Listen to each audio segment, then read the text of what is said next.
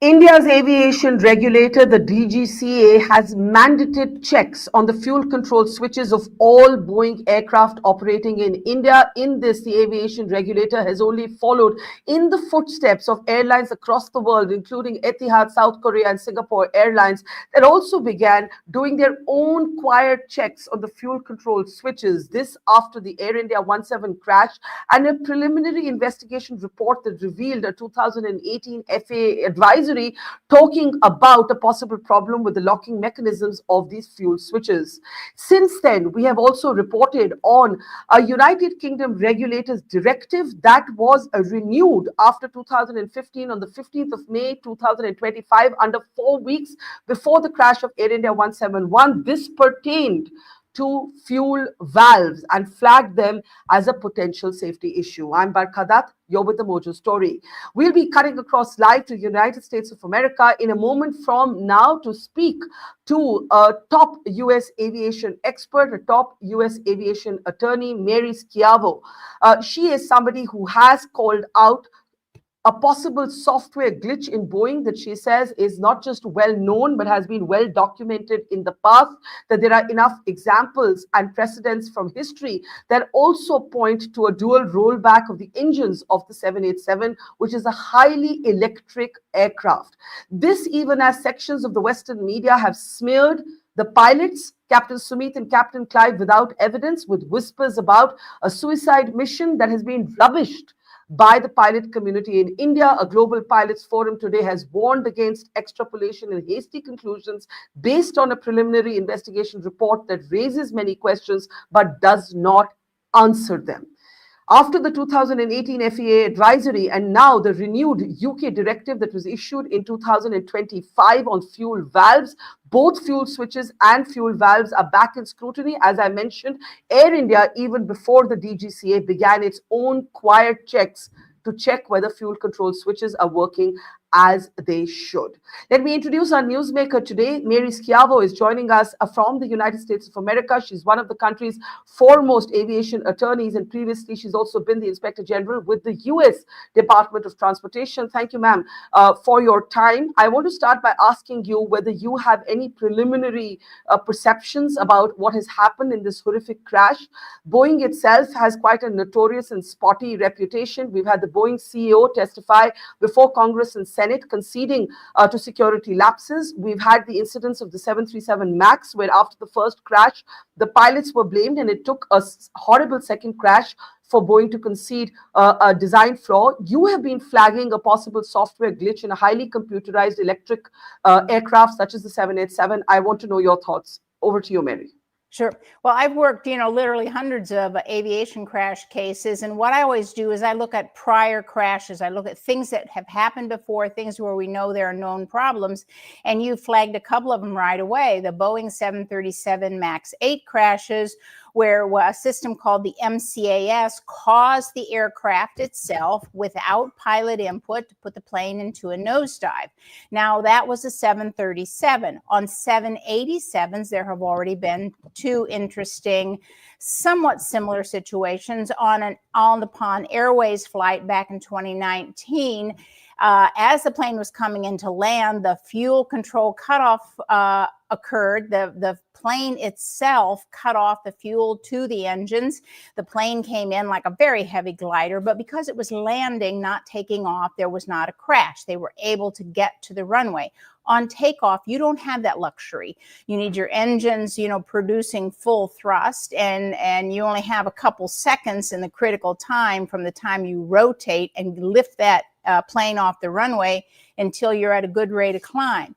So, and then there was a United Airlines flight between Washington, D.C. and Nigeria, and it was a 787 Dreamliner just this year, and the plane itself put the plane into a nosedive. And there was a thrust issue, there was an engine issue, and the plane experienced some deviation. So there is a lot of precedent for being suspect about the computer control systems on the Dreamliner and any fly-by-wire modern aircraft, because it's a flying computer. There are millions of lines of code, and until that is examined, it is impossible to blame the pilots. So, elaborate on that. When you say that it is impossible at this moment to blame the pilots because it is such a highly computerized system and it has known to have had glitches in the past, can we actually start with the Japan incident that you mentioned with All Nippon, where basically the 787 both engines quit on landing? Talk a little bit about this. Take us through this incident and what it says to you. Well, what that says to me on the All Nippon Airways, and fortunately, no one was hurt or no one was killed, but the plane has many systems, and this particular system was mandated by the United States Federal Aviation Administration, and it wanted the plane to have the ability, all by itself, pilots didn't have to do this, to sense whether it's in the air or on the ground. And the reason for that is if the plane was on the ground, they wanted the aircraft to be able to cut the thrust control, literally do cutoff. So the plane on the ground didn't have, runaway engines, run into other planes, run off the end of the runway, etc. So the plane itself will sense when it's in the air and when it's on the ground. And what happened in the ANA flight back in 2019 is the plane thought it was already on the ground and it was still in the air. And, for a pilot, you look out the window if unless you're in severe instrument flying conditions in the weather, but when you're in the air and when you're on the ground. But the aircraft was supposed to assist in that, and they have this system where it will cut the engines if the plane itself thinks it's on the ground. Very important thing to examine. It's happened before, and until that is also examined along with a myriad other things, that's an issue for me. And the second point that the comment that you made that will be heard with a lot of interest and respect here in India is that you say at this juncture there is simply no basis to blame the pilots until we have said enough and investigated enough about into the software issues, the computerized issues, the software glitches in the past, and so on. What has been happening here in India is rather unfortunate, and not just in India. We've had sections of the Western media do run a kind of whisper campaign about whether one of the pilots deliberately basically cut off the fuel to the engines. And the pilot community here is up in arms. Those who fly the plane have been talking about it being a highly electric aircraft. They've been talking about the possibility for dual engine failure. They've been saying even if the fuel switches were moved, the Boeing manual actually says if both engines flame out, you need to turn the switches off and on, to use layperson language, to reset the engines. When you say at this juncture it's impossible to blame the pilots, what would you be looking to check first? Well, first of all, the information we have is just tiny little snippets. For example, in the United States, the government is not allowed to put out the actual audio recordings of the pilot's voices, but a full transcript of that cockpit voice recording is always released.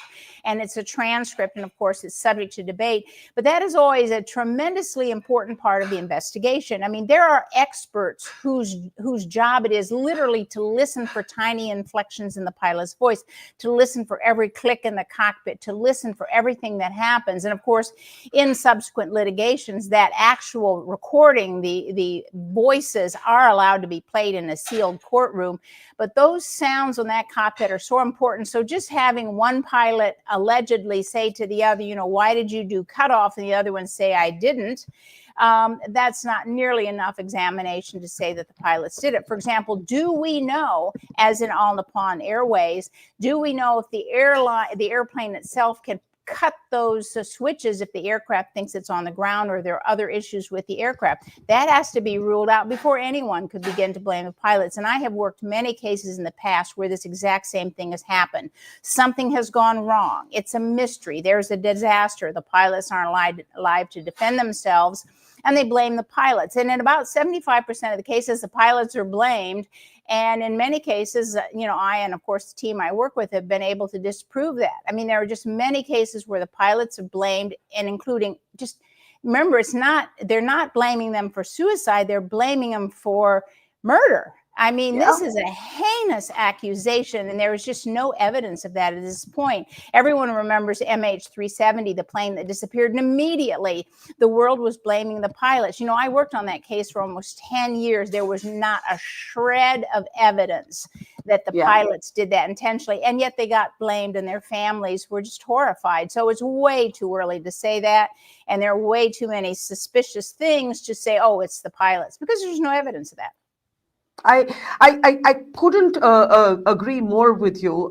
This propensity to be salacious, maybe to sort of rather believe that it's the pilot to blame than the machine.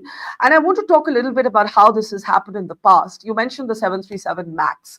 When the first crash took place, there was even the inquiry blamed the pilot. The pilot happened, by the way, to be an Indian at the time.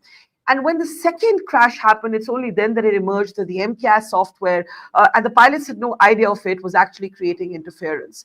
When you look at Boeing's own record, the fact that Boeing just recently reached a settlement with the administration of the United States of America, basically by paying penalties, how do we at this stage then say, oh, all the aircraft are safe, given the issues you flagged? Well, you can, and that's why these investigations, done properly, can take literally years. I mean, you can't just automatically say, oh, it's safe, because there's just so much to examine. And remember, the flight data recorder will have literally millions of lines of code and reported information. It's the most advanced flight data recorder out there, and that will have a lot of things, each one of which have to be examined. And remember, they're going to have to go back through the maintenance records and any irregularity reports for Dreamliners, since they've been flying. And this plane, I think, was a 2014 approximately plane. I mean, there's 10 years of experience. And the thing that happened on the 737 MAX 8 case, on the first one, it had a glitch before. The second one, as far as we know, hadn't experienced glitches, but the similar problems that the pilots faced, that's going to be instructive. And so there's an awful lot of data to go through. And by the way, even after all of this occurred on those two 737 MAX 8 cases, they still said, well, the pilots should have been able to troubleshoot it, know what happened, pull the circuit breakers, and save the plane. Not in 3 seconds or a few seconds, you can't. Remember, there's a million lines of code. It took years to develop this plane, and a pilot facing a life or death situation is to be able to, figure out what happened with the lines of code, find the right breakers. And in case of a takeoff, landing's different. But in the case of the takeoff, they simply do not have the time and the altitude. And of course, altitude is time. The higher you are, you have time to react. I mean, I've worked cases in the past where engines failed. They blamed the pilots. Of course, they were dead and couldn't defend themselves. Turned out the engines had experienced something called core lock. The engines froze up. So there are so many things it could be, and good investigators will go through every possibility, and it's going to take time. You have spoken about a software glitch specifically involving what's called the TCMA, the Thrust Control Malfunction Accommodation. Can you explain this, and can you explain it in a way that people who are not experts like yourself would understand what concerns you? Yeah, I'll try. So the TCMA it's on the 787 Dreamliners, is a system that the U.S. Federal Aviation Administration mandated so that the plane itself can assess when it needs to cut back the power. And that is tied in with the flight controllers. And that system will tell the flight controllers, which are on both of the engines, when literally to cut the power if the plane itself thinks it's time to cut the power. And these were the systems that were suspect, that were shown to be malfunctioning in the Al Nippon Airways flight. So literally, this system, which has already been faulted in a prior incident, can and will cut the flow, cut the thrust to the engines, both. If this system malfunctions and says it's time to cut the thrust to the engines, and that has happened before, and that's going to be and should be a subject of great interest, because we know that system can do it. Do you have a primer? Yeah, thank you for that. I think I understood a lot more than at the beginning of this conversation. I want to ask you, do you have given the tiny little snippets that have come out in the preliminary report, and there's a lot it leaves ambiguous, a lot that we don't know. For example, this image on the screen is an image of the rat being deployed, but we don't actually have a timestamp for when this happened. We know that the fuel switches go from run to cut off 3 seconds into the flight and then come back 10 seconds after that, but we don't know what happens before those 3 seconds. So there's a lot we still don't know. Right. Given these, and we have, as you mentioned, just one sentence from the cockpit voice recorder, which is not even exactly transcribed, it's paraphrased. Now, my question to you is, given these tiny snippets, do you have a prima facie impression of what might have caused the crash, given your work in the past, given the precedents we've seen, as you said, between with the Nippon case or the United flight between Washington and Nigeria? Do you have any first impressions? Sure. I mean, my first impression, again, it's based on my prior work. I mean, so many cases I've worked on where the knee-jerk reaction was to blame the pilots. And years later, it was proven the pilots didn't do this. It was the aircraft. And there were problems with the aircraft. So my initial impression of the preliminary report, and of course, they had to get this out. The international guidelines are you put a preliminary report out at 30 days.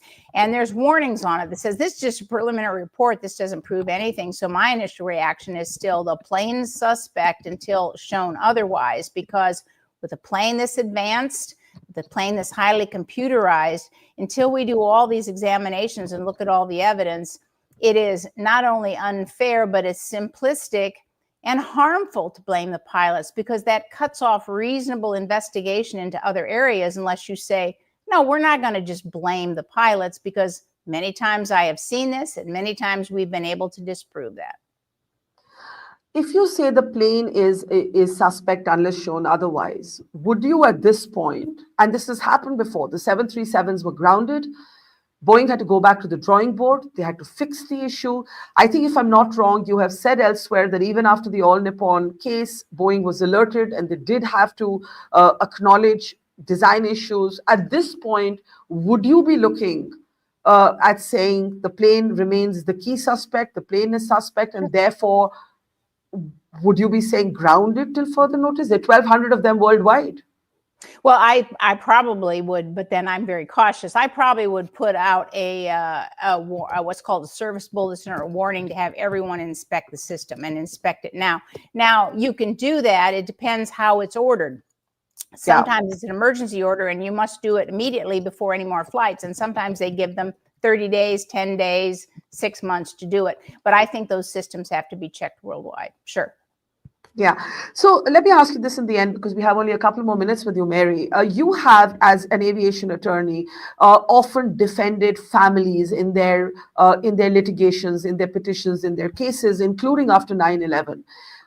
Here you have, of course, the Tata Group that owns Air India announcing its own compensation, but Boeing making no such announcement. Do you believe that there are rights that the families have vis-a-vis Boeing? Oh, sure. The families have rights against Boeing. They'll have rights against the engine manufacturers, General Electric, if they're shown to be at fault. Software manufacturers and developers, they have a lot of rights. The issue is ordinarily people just look to the airline because of a treaty. There is a treaty that makes the airline initially, and if no other cause is found, ultimately responsible, but many others can be held accountable, and they are. They are routinely held accountable in courts around the world. For example, in MH370, the plane that disappeared, they were held accountable in Malaysia, both the government and the airline, and accountability is there. But I will say, on an aviation litigation, it can take from 3 to 5 years. It's not a fast process because there's so much, if done right, there's so much evidence. And there will be here too. There will be a lot of evidence. And if it's Boeing's fault, they will be held accountable, as they were in the 737 MAX 8 cases, but that took a long time. In the end, given that the Boeing CEO has been on record before US Congress conceding to security lapses and promising to be better, what would concern you the most, given everything you know, given everything you've seen about the 787? Well, what concerns me the most are the whistleblower reports, and that's a whole nother topic and a lot of information. Yeah. But there have been several whistleblowers at the Dreamliner 787 plants that said that all the safety measures, the requirements, the manufacturing safeguards were not followed. So all that has to be re-examined again. In fact, we had one tragic case where a whistleblower reported there were metal shavings, for example, on wiring. There were other problems. Those all have to go back and re-examine, and every plane that was subject to those suspect conditions should be re-examined at this point, because this is a turning point for the 787. This is the first fatal crash of that aircraft, and it's time for a good in-depth dive and going back to all those whistleblower reports, because some people were bravely trying to call attention to problems, and I don't think they were successfully all examined, looked at, and remediated. Mary Schiavo, thank you. It's been a pleasure. I think what I take away from you is do not blame the pilots right now. There's simply no evidence to do it. In most cases, it's convenient to blame pilots who are no longer alive to defend themselves. There are documented issues with this highly computerized aircraft, the 787. The Nippon Airways is one such case where the engines failed on landing. Here, you are concerned once again, in particular, about a software glitch, and there is Boeing's own spotty record and the fate of the whistleblowers. I think you've put it all into brilliant perspective. We value your time and your insights, and we hope to talk to you again very soon. Take care, and thank you. Thank you. It's great to see you here. Thank you for watching our work. If you haven't subscribed yet, don't forget to click the bell icon and subscribe to Vote Her Story and support independent, robust journalism.